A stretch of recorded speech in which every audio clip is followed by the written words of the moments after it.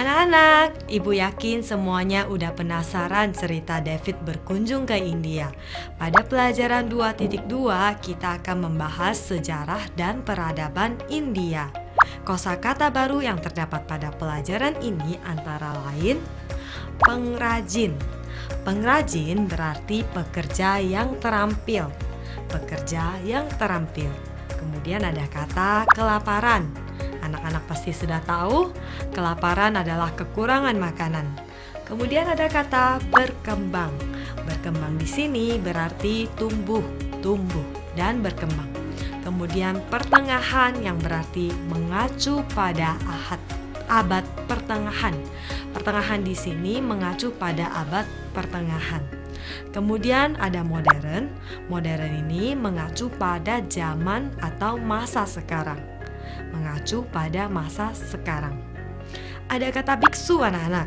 Biksu adalah pendeta atau petapa Buddha yang merupakan pria biasanya. Kemudian ada kitab suci. Kitab suci merupakan buku pedoman umat beragama.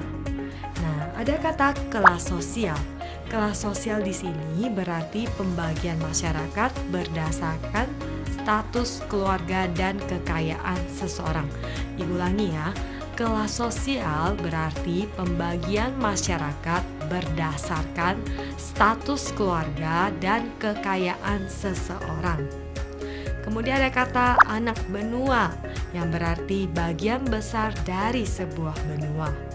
Dan baja woods, baja keras berkarbon tinggi.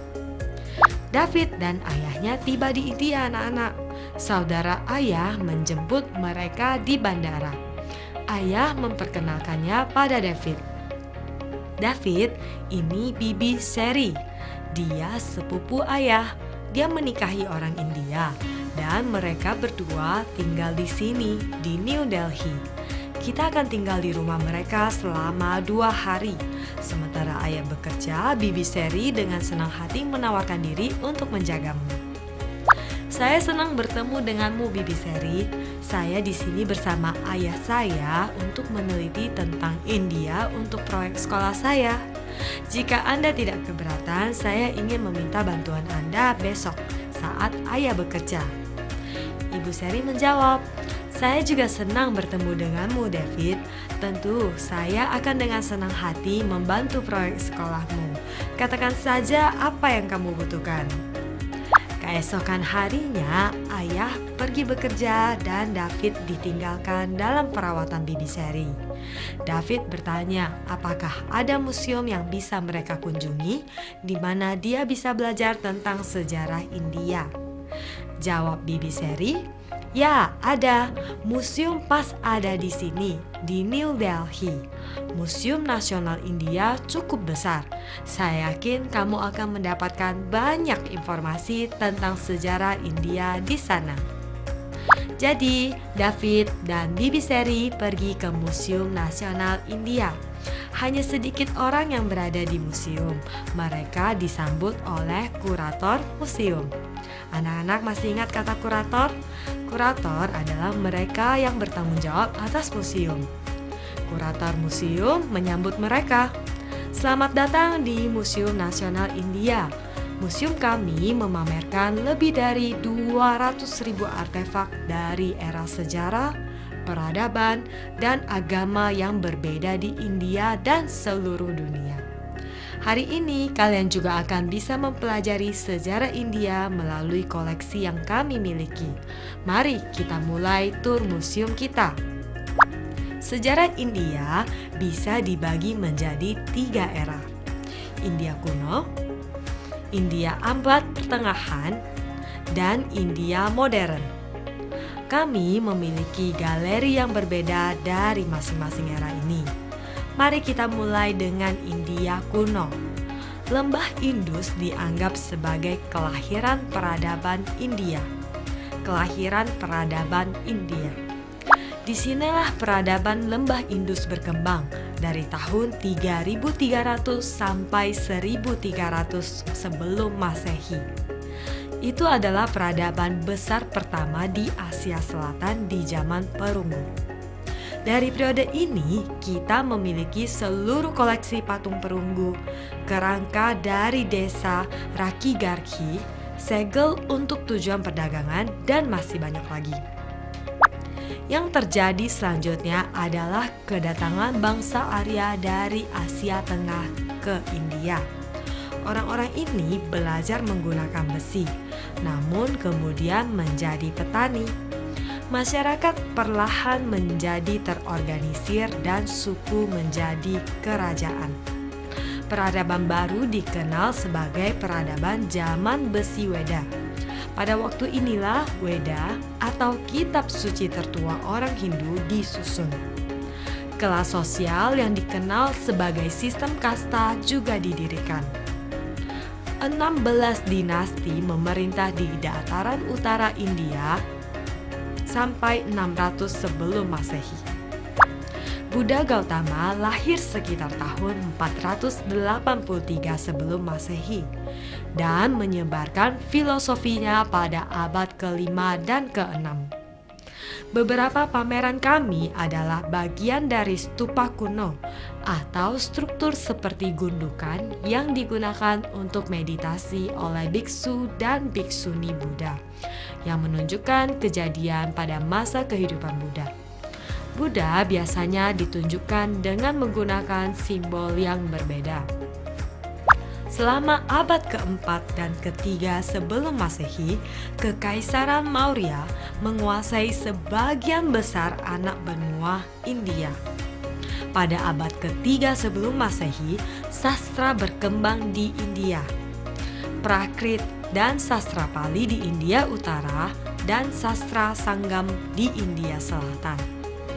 Baja woods di India Selatan juga diekspor ke negara lain. Benda yang kita miliki dari periode ini memiliki finishing seperti cermin karena pengaruh orang-orang Yunani. Dinasti dan kekaisaran yang berkuasa memerintah di berbagai wilayah di India selama 1500 tahun. Dinasti Gupta yang terkenal menyatukan semua negara bagian di India Utara. Periode itu dianggap sebagai zaman keemasan India. Zaman keemasan India. Hinduisme menyebar selama waktu itu. Apalagi pahatan selama periode tersebut menjadi standar kecantikan artistik abad-abad selanjutnya. Di sini kita memiliki 2 patung terakota Dewi Gangga dan Yamuna di pintu masuk galeri. Anda juga bisa melihat patung-patung dewa dan dewi Hindu lainnya. Di sisi lain, kerajaan India Selatan berdagang dengan Timur Tengah dan Mediterania. Budaya India menyebar ke Asia. Banyak kerajaan di Asia Tenggara dipengaruhi oleh India dan dikenal sebagai Greater India.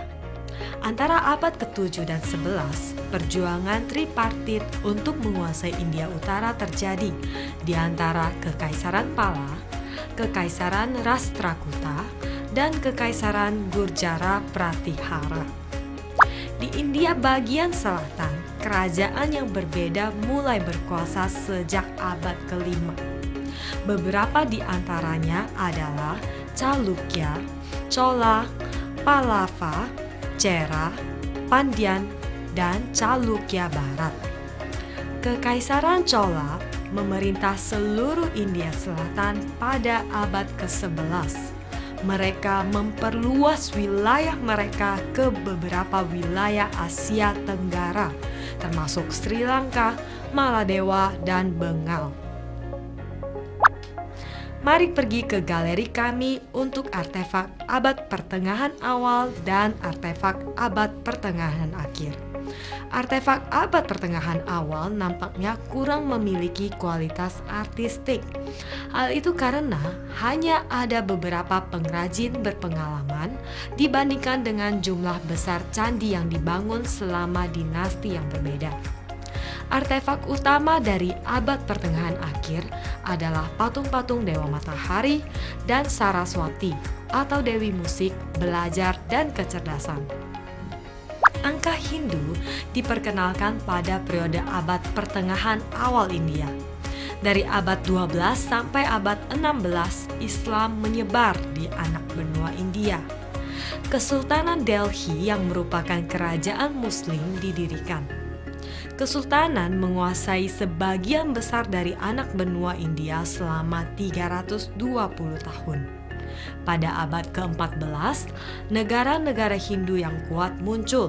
Beberapa di antaranya adalah Kekaisaran Vijayanagara, Kerajaan Gajapati, Kerajaan Ahom, dan dinasti Rajput. Sikhisme didirikan pada abad 15. Kekaisaran Mughal Muslim didirikan pada abad ke-16.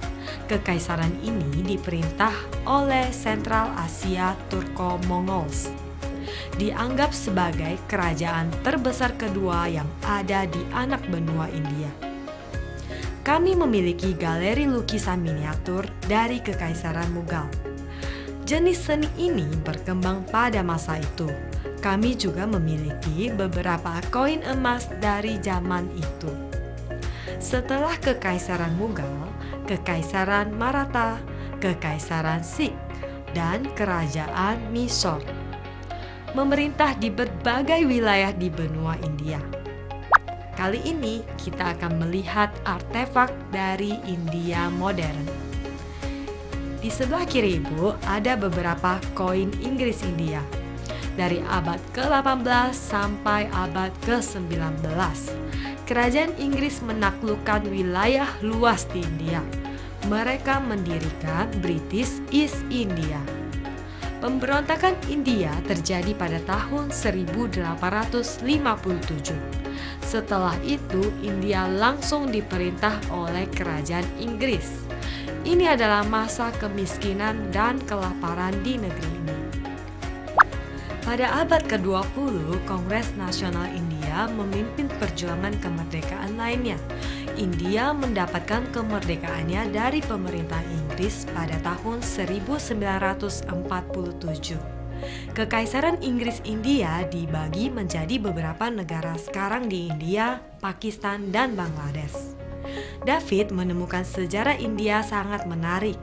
Semua informasi itu pada awalnya nampak terlalu banyak, tapi hal tersebut membuatnya membayangkan banyak hal terjadi di belahan dunia ini jauh sebelum dia dilahirkan.